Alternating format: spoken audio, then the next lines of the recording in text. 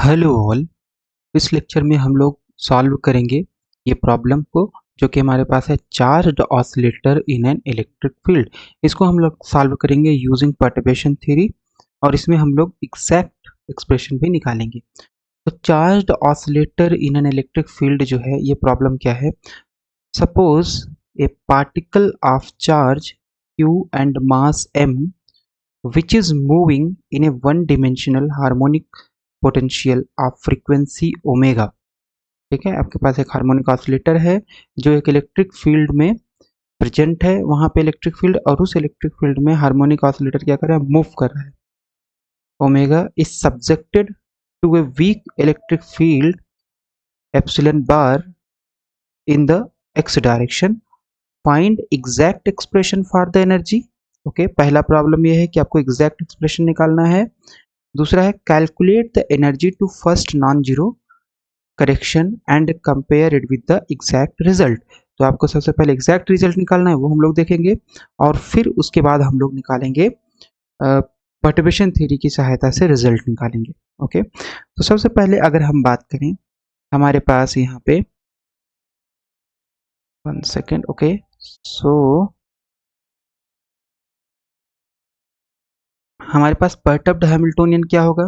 Perturbed Hamiltonian, अगर कोई भी चार्ज फील्ड, कोई भी particle, charge particle electric field में रखा होता है, तो उसके ऊपर फोर्स कितना लगता है, उसके ऊपर फोर्स लगेगा। चार्ज अगर क्यू है तो उसके ऊपर इलेक्ट्रिक फील्ड में फोर्स लगेगा क्यू ही, राइट। तो ये फोर्स हो गया। हैमिल्टोनियन जो होता है वो किस ऑर्डर का होता है, एनर्जी के ऑर्डर का होता है, राइट। तो एनर्जी निकालने के लिए हमें क्या करना पड़ता है, फोर्स टाइम डिस्प्लेसमेंट। तो इसका मतलब ये हो जाएगा कुछ इस तरीके से, Q e x, right. Force time displacement यानी फोर्स मल्टीप्लाइड बाई पोजीशन, और ये क्योंकि आपका ऑपरेटर है तो यहाँ पे ऑपरेटर आ जाएगा x cap. Electric field operator तो है नहीं, चार्ज ऑपरेटर है नहीं, इसका मतलब यहाँ पे हम लोग लिख सकते हैं perturbed Hamiltonian is equal to q e x cap, right. इतना आ जाएगा हमारे पास। ओके, इतना अगर आ गया तो हम लोग कैसे इसको सॉल्व कर सकते हैं।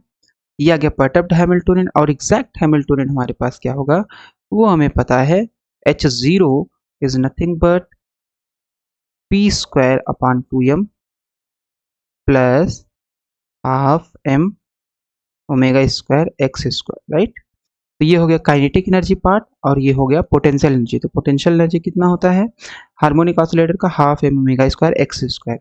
तो एक्स की जगह पे बस जस्ट ऑपरेटर आ जाएगा, और काइनेटिक एनर्जी होता है हाफ एम वी स्क्वायर, तो उसको हम लोग लिख सकते हैं P square upon 2m। Okay, तो इतना आ गया। और इसको अगर हम और थोड़ा सा सही से लिखेंगे तो हमारे पास ये आ जाएगा एच जीरो। एच जीरो, क्योंकि पी जो होता है वो क्या होता है, वन डायमेंशन है, तो पी हो जाएगा आपके पास minus I H cross D by D X या डेल बाई डेल एक्स। क्योंकि वन डायमेंशन है तो डी बाई डी एक्स और डेल बाई डेल एक्स दोनों सेम होगा। तो इसका मतलब है हम यहाँ पे लिख सकते हैं minus H cross square upon 2m। 1 second. So D two upon D x square, इतना आ जाएगा minus H cross square upon 2m D two upon D x square. जब पी की वैल्यू इतनी रख दोगे, और plus potential energy part that is half M का square X cap square. Okay, so total Hamiltonian हमारे पास आ जाएगा। Total Hamiltonian operator is nothing but H zero plus H perturbed Hamiltonian, okay, and this is nothing but minus h cross square upon 2m d2 upon dx square plus half m omega square x cap square। okay, so this is a 0 and plus q e x cap, इतना आ जाएगा हमारे पास। Perfect, right. तो ये आ गया। इसको हमें सबसे पहले एग्जैक्ट सॉल्व करना है। तो एग्जैक्ट सॉल्व करने के लिए हम लोग कैसे करेंगे, सो h को हम लोग लिख सकते हैं, so let's write it as this is part A. Okay, तो h को हम लोग लिख सकते हैं minus H cross square upon 2m D two upon D x square plus A. Okay, so let's take half omega square common, so we can have half omega square. तो यहाँ बचेगा आपके पास एक्स कैप स्क्वायर, यहाँ हो जाएगा Q E into 2 अपान M omega square, है ना। ये बाहर लोगे तो यहाँ पे है नहीं, यहाँ पे जस्ट उल्टा हो जाएगा, 2/m स्क्वायर मल्टीप्लाई करोगे तो उसे 2m स्क्वायर कैंसिल, यही आ जाएगा। ओके, इतना आ जाएगा। Perfect. Okay, this is minus H cross square upon 2m d2 by D x square half mega square. इसको हम होल स्क्वायर बना सकते हैं, और वो होल स्क्वायर कैसे होगा, x cap, okay, so this is plus plus what, plus plus 1 second q epsilon m omega square का होल स्क्वायर। तो ये हो जाएगा ए स्क्वायर, यहाँ पे है बी स्क्वायर नहीं है, 2ab, 2q, ओके, सो 2ab है यहाँ पे, तो बी स्क्वायर नहीं है, तो इसका हमें क्या करना पड़ेगा, इसको बैलेंस अप करने के लिए हमें ये टर्म सब्ट्रैक्ट करना पड़ेगा,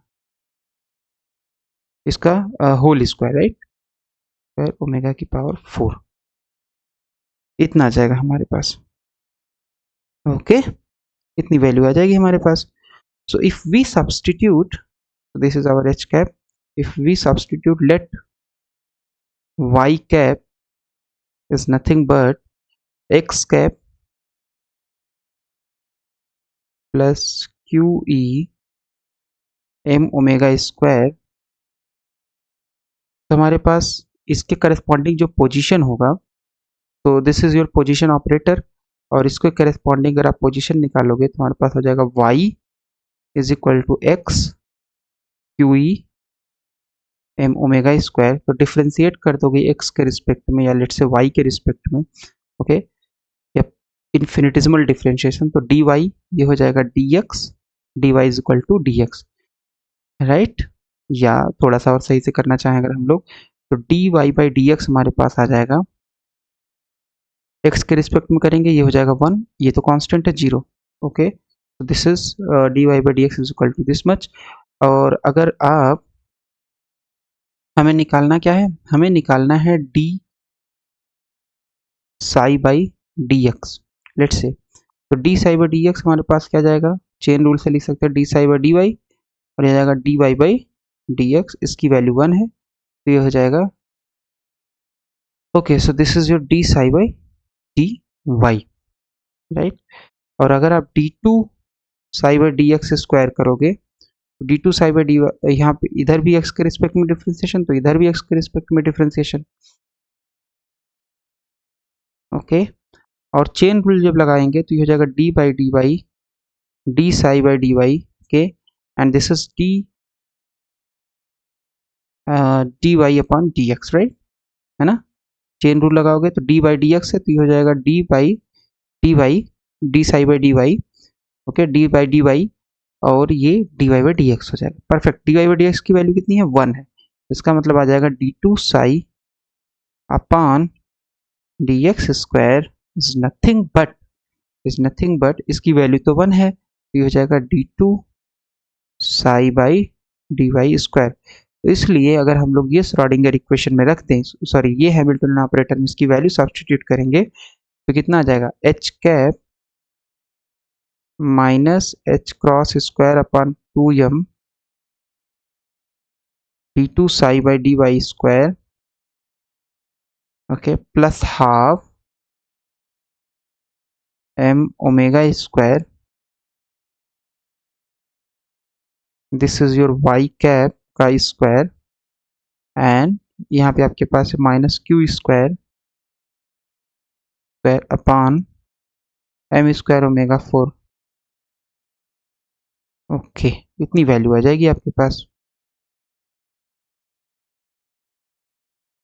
और इसको अगर अंदर मल्टीप्लाई हम लोग कर देंगे तो ये हो जाएगा, सॉरी ये हो जाएगा आपके पास minus H cross square upon 2m D two psi by D Y square half m omega square Y cap square, minus ये मल्टीप्लाई होगा तो हो जाएगा Q square epsilon square upon 2m से m कैंसिल, ओमेगा स्क्वायर से omega square cancel हो जाएगा, तो m ओमेगा स्क्वायर बचेगा यहाँ पे, ओके।